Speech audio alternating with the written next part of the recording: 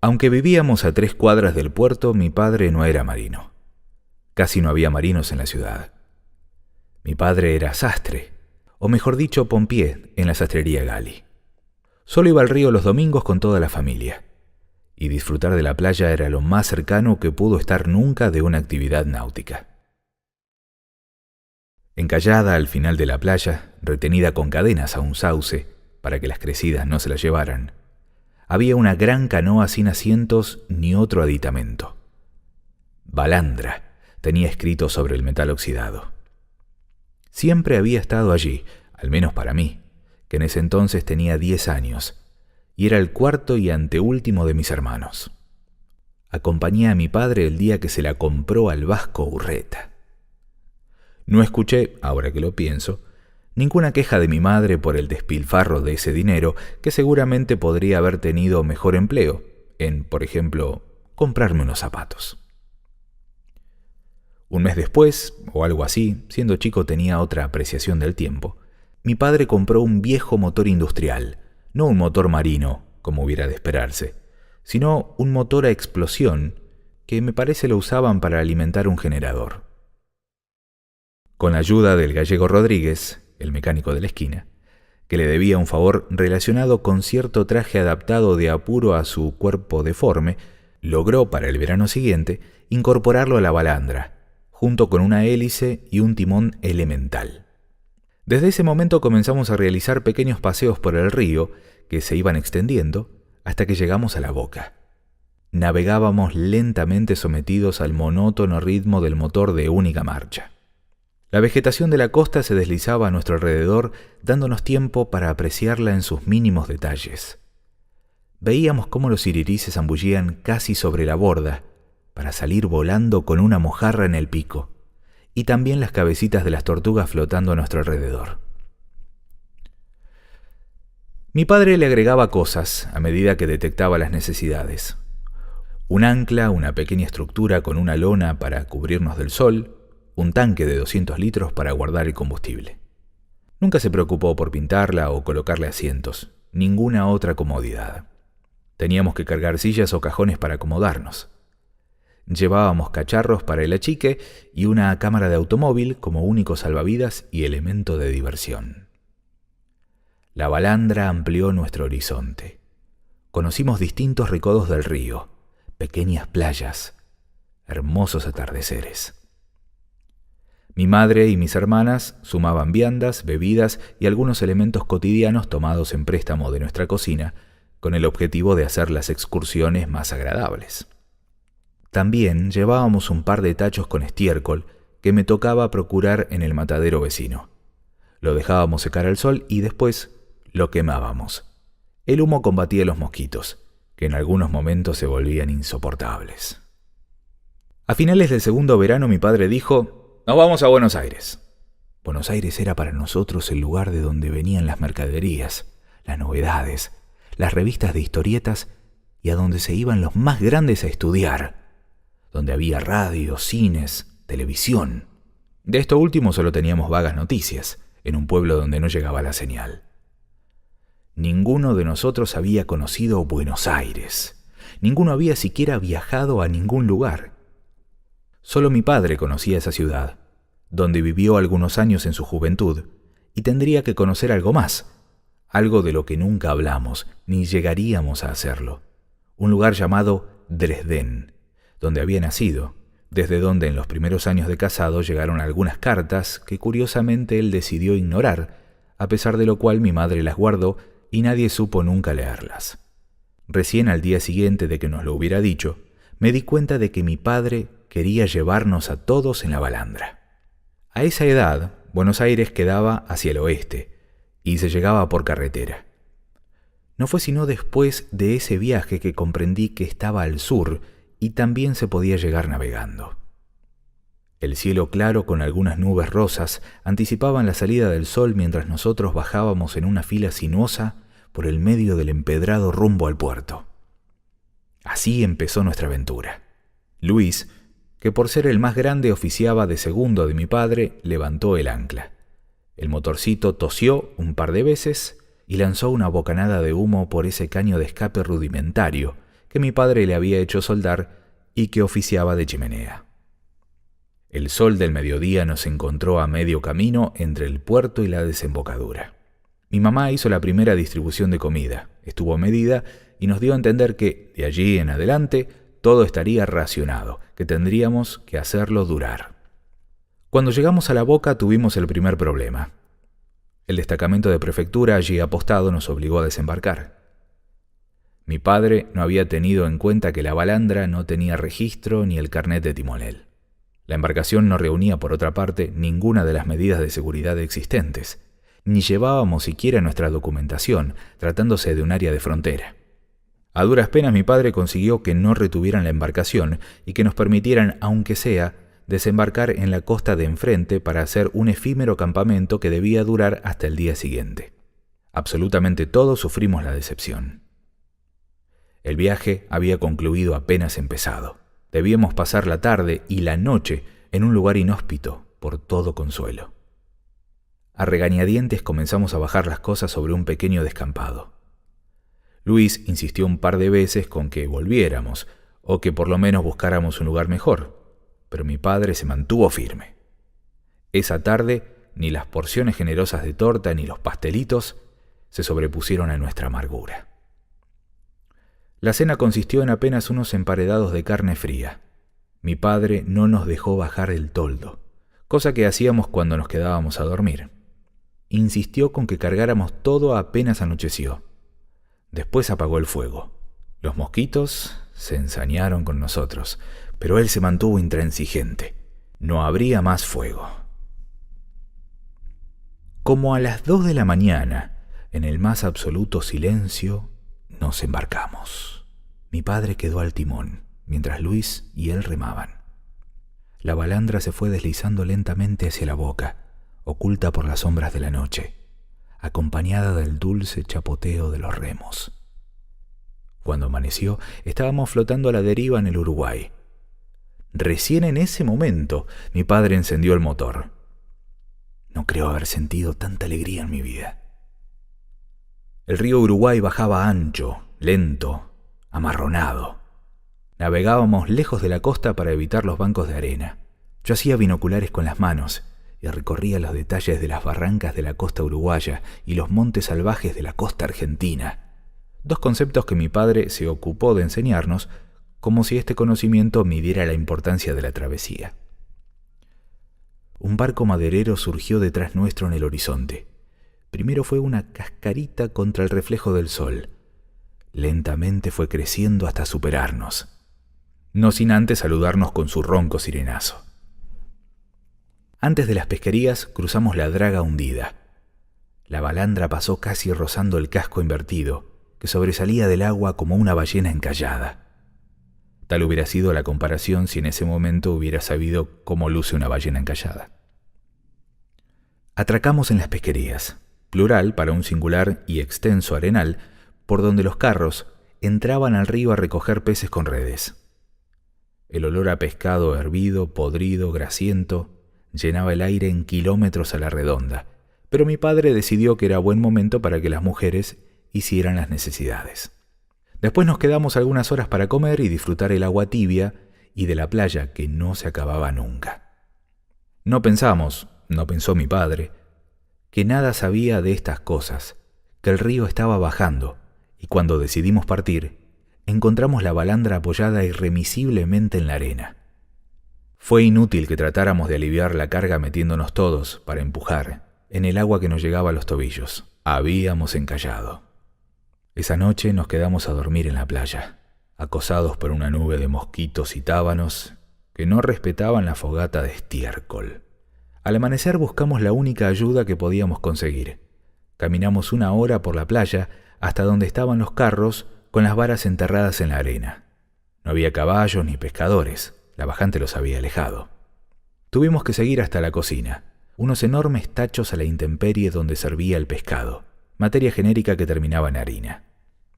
Los paisanos nos recibieron más amables que sorprendidos, como si lo que el río les llevara o les trajera careciera de importancia. Solo nos dieron agua.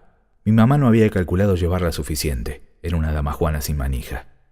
Que mi padre y Luis Se turnaron para traer al campamento y, como entendidos, prometieron que el viento cambiaría para la tarde, como efectivamente ocurrió. La sudestada fue cosa seria. El viento frío del sur empezó a correr. Primero el cuerpo se nos alivió de la tensión y el calor. Después la piel se erizó y nos dimos cuenta de que no teníamos abrigo. La balandra flotaba sobre las olas cada vez más altas y el motorcito no llegaba a sostener el rumbo. Aunque habíamos bajado el toldo y lo pusimos sobre cubierta como una frazada, el viento nos empujaba haciéndonos retroceder. O eso supimos después, porque no veíamos la costa por la lluvia y los nubarrones que oscurecían el cielo. No podía dejar de pensar en la draga hundida, ni de achicar el agua que se metía con el oleaje. Laura y Amanda lloraban, pese al consuelo de mi madre. Los varones nos aguantamos, pero habríamos llorado también si no hubiésemos estado tan ocupados en sacar agua por la borda. El rostro de mi padre estaba duro, firme, dispuesto a hacer todo, que no era mucho, por sobrevivir. Jamás se entregaría. La lluvia complicaba más la situación. El agua subía dentro de la balandra pese a nuestros esfuerzos, y tanto lo hizo que terminó por ahogar el motor, dejándonos a la deriva. Un golpe fuerte nos indicó que la balandra había dado con la costa. Otra vez encallada. Estábamos salvados. Mi padre ordenó la evacuación, y cuando todos estuvimos en tierra al reparo de unos ñandubáis, volvió la balandra luchando con la corriente, con el agua hasta la cintura, y la rescató, atándola a un árbol. Pasamos el resto de la noche apretados, dándonos calor con nuestros cuerpos, cubiertos con el toldo como si fuera una gran frazada. El cielo seguía encapotado, pero ya no llovía. El frío se fue atemperando con el transcurso de la mañana. Con algunas ramas que recogimos de la playa y rociándolas con nafta, encendimos un fuego maravilloso que le permitió a mi madre preparar mate cocido. No había pan, el agua lo arruinó todo, pero teníamos azúcar, de modo que lo endulzamos hasta el hartazgo. Todos queríamos volver, pero solo mi madre lo dijo, agradeciendo a Dios que no hubiésemos muerto. Mi padre permaneció callado. Mientras a todos nosotros nos invadía esa cierta alegría de permanecer vivos, a él lo invadía la tristeza del fracaso. Se alejó hasta la balandra. Estaba sentado en la arena cerca de ella cuando, por indicación de mi madre, le acerqué un jarro de mate cocido. Lo agarró sin mirarme y comenzó a tomarlo a sorbos. Toda su atención estaba puesta en la balandra. Me senté a su lado. Él seguía igual. «Vamos a volver», dije sin pensarlo, ya que eso no me preocupaba. Volvió la cara hacia mí y contestó: «Tengo que arreglar el motor», en tono firme, abrumador. Hubiera deseado no preguntar. El resto del día se perdió en inútiles intentos de poner en marcha el motor. Mamá armó una comida en base a arroz y algunas latas de conserva que eran nuestras reservas más preciadas. Como nunca lamenté que tuviéramos una olla tan pequeña. Después de comer, mis hermanas y yo nos internamos en el monte. Luis tuvo que quedarse para ayudar a papá. Caminamos en zigzag entre los matorrales espinosos. La marcha era lenta y silenciosa. Ellas me seguían a la espera de que les mostrase algo de interés, pero nada parecía sorprendente en ese verdor que asfixiaba. Nada hasta que encontramos unas plantas de tuna. Los frutos rojizos que estaban allí listos para ser comidos, custodiados por cientos de espinas. Con cuidado, con máxima precaución, usando un pequeño cortaplumas que llevaba, inicié la cosecha. Ellas acumulaban los higos de tuna en sus remeras y me pedían golosas: ¡Esa! ¡Esa! Nos comimos algunos sentados en el suelo. Llevamos el resto a los demás. Mi madre se preocupó cuando llegamos. «¿No se habrán pinchado con las tunas?», contesté que no. Estaba mintiendo. Tenía varios pinchazos en las manos. «La pinchadura de tuna trae tétanos. No se tienen que acercar a las tunas», nos armonió. Todavía nadie me había enseñado que el tétanos era mortal, ni que existía en un suero, que aplicado a tiempo, frenaba esa muerte contraída, dolorosa, inapelable. Todavía pensaba que la muerte por enfermedad era cosa de grandes, casi de viejos, pero me callé y tuve suerte, porque no todas las tunas provocan el tétanos. Comenzaba la noche cuando cargamos todo en la balandra y partimos de regreso. El viento había cambiado, otra vez soplaba del norte. La balandra apenas avanzaba con la corriente en contra. Habíamos dormido poco la noche anterior. Estábamos todos agotados, incluida mi madre. Pronto nos dormimos olvidando el ruido de las tripas vacías. Mi padre quedó solitario al timón, solo, mirando el cielo despejado, venciendo el sueño y el fracaso. Cuando despertamos, otra vez estábamos en el medio del río. Las pesquerías habían quedado atrás. Sobre la costa uruguaya veíamos una ciudad que mi padre dijo se llamaba Nueva Palmira. Del lado argentino todo era monte cerrado. En el transcurso de la noche mi padre había torcido el rumbo una vez más y, ayudado por la corriente, avanzado hacia el sur lo bastante para que resultara más conveniente seguir que volver. Nunca vi tan enojada a mi madre. Solo la inapelable circunstancia de que el combustible que nos quedaba no permitía el retorno inmediato evitó que nos obligara a volver. Por lo menos deberíamos llegar hasta el Paranacito para cargar combustible y provisiones. De mantener el rumbo, esto ocurriría más o menos al mediodía. Pero otra vez la balandra decidió sobre nuestro destino. El motor comenzó a toser. Nunca tosía cuando estaba en marcha, solo al comienzo. Que tosiera de esa manera significaba, según mi padre, que todavía quedaba agua en el tanque. Nuevamente atracamos. Mi padre se ocupó del motor, mientras todos nosotros lo abandonamos en procura de sombra y de evacuar alguna necesidad. El bosque en ese sector era más alto, más sombrío. Mi madre nos acompañó en el recorrido. Desde lo de las tunas, no estaba dispuesta a dejarnos solos. No había tunas, solo algunos frutos de ubajay, que resultaron muy sabrosos, pero que no nos quitaron el hambre. Caminamos por una especie de sendero que nos llevó a un arroyito. El piso estaba lleno de pequeñas bolitas. Era caca de carpincho. Cuando llegamos al arroyito, vimos los carpinchos husmeando en la orilla. Quedamos paralizados por la presencia, que duró un momento, hasta que nos olieron y se metieron en el monte. Laura y Amanda quedaron enternecidas con las pequeñas crías. Hicimos otros descubrimientos. Un caumatí sobre la horqueta de un árbol nos convocó al pie. Estábamos mirando ese enorme nido de barro macizo cuando descubrí huesos sobresaliendo de un atado de ramas y cueros podridos. Mi madre nos explicó que era un cementerio indio. Lo dijo a pesar de que solo había ese grupo de huesos sobre una viejísima tala. Mi madre no supo explicar qué había pasado con los indios. Mientras yo me sorprendía de que en nuestra provincia hubiera habido indios alguna vez, como los que tenían las historietas, nos alejamos en silencio, casi con apuro, seguidos por un griterío de loros que venía del bosque. El Paranacito era bastante angosto y tuvimos que navegar algunos kilómetros hasta llegar al pueblo. No navegamos solos. Varias embarcaciones nos cruzaron en ambos sentidos, entre ellas una lancha almacén que nos proveyó de alimentos y bebidas. El precio que mi padre pagó fue el de la necesidad. Y esta vez sí, mi madre arrancó con la catarata de reproches. La provisión, no obstante, incluyó una buena cantidad de golosinas que liquidamos desordenadamente entre galletas, fiambres, fruta, como si nada alcanzara a compensar las privaciones sufridas. Unas pocas casas, casi todas sobre pilotes, rodeaban el puerto. Era un puerto pequeño, pero lleno de vida. Las embarcaciones iban y venían por los arroyos y atajos, había de todo. Lanchas almacén, pequeños barcos fruteros, madereros, embarcaciones de tramperos, lanchas de pasajeros, todo flotaba, todo venía o iba a alguna parte. Bajamos a caminar mientras mi padre hacía llenar el tambor de reserva con gasolina.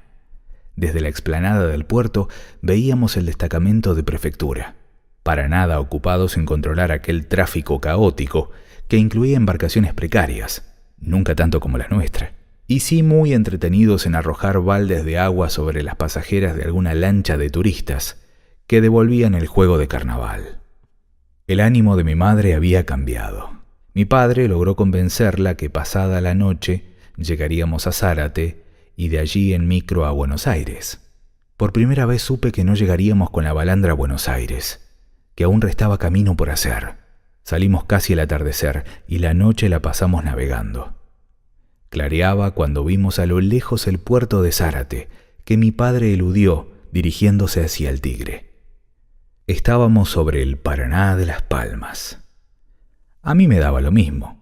Todo era un solo río inmenso que nos llevaba sobre aguas marrones hacia Buenos Aires.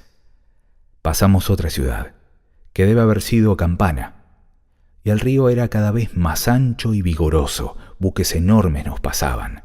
Debíamos achicar constantemente por el oleaje, pero ya éramos duchos marineros y nadie, incluidas las mujeres, se preocupaban por tan poca cosa. Cuando entramos por un arroyo cuyo nombre no recuerdo, comenzó el Tigre. Cruzamos casas fundadas sobre palafitos, embarcaciones, todo tipo de embarcaciones, y largos trechos viajamos en solitario entre islas que parecían abandonadas. Fue en uno de esos trechos que encontramos una canoa con un hombre que la manipulaba con un solo brazo. Llevaba el otro envuelto en trapos manchados con sangre. Mi padre no dudó en auxiliarlo. El hombre pidió que lo dejaran en su embarcación. Solo agradeció que lo remolcáramos hasta el puerto del Tigre. Vivía solo. Se había herido una mano con la sierra y se dirigía al hospital. 20 años después lo volví a encontrar. Le faltaban 4 dedos de la mano izquierda. El cirujano completó la obra de la sierra. No me pareció que el accidente hubiera influido demasiado en su vida. Seguía viviendo solo y cultivando naranjas. Llegamos al puerto de Frutos. Era día de ferias. Los productos de la isla se vendían sobre la explanada del puerto. La balandra quedó atada a buena distancia por la cantidad de embarcaciones. Mi padre y mi hermano ayudaron al herido a trasladarse al hospital. Nosotros quedamos vagando por la feria en compañía de mi madre. Nunca llegamos a Buenos Aires. Mi padre había calculado mal el dinero que disponía, o quizás perdió algo en algún momento, o no pensaba llegar hasta allí. Lo cierto es que nos llevó a comer a un restaurante cerca del puerto. Nos compró algunas chucherías a todos y a mi madre le regaló una cartera de cuero que vimos en un negocio próximo. Pasamos la noche en la explanada. Dormíamos de a ratos, conversábamos. Nadie pareció lamentar no haber llegado. En un momento me senté junto a mi padre. Hablamos de nada, o tal vez de todo. Fue la única vez que hablamos. Luego él se tiró sobre el cemento y mirando al cielo dijo: «Está hecho». Enseguida se durmió. Del viaje de vuelta no recuerdo nada que merezca ser contado. Cuando llegamos, mi padre atracó la balandra junto al mismo sauce donde la encontró. Nunca más salimos a navegar. Poco a poco le fuimos retirando los aditamentos que mi padre le había puesto. Para cuando cumplí los 18, estaba tal cual se la había comprado al Vasco Urreta. El viaje no fue tema de conversación en nuestra familia. Por el motivo que sea, cada cual lo olvidó. Mi padre murió 20 años después mientras dormía.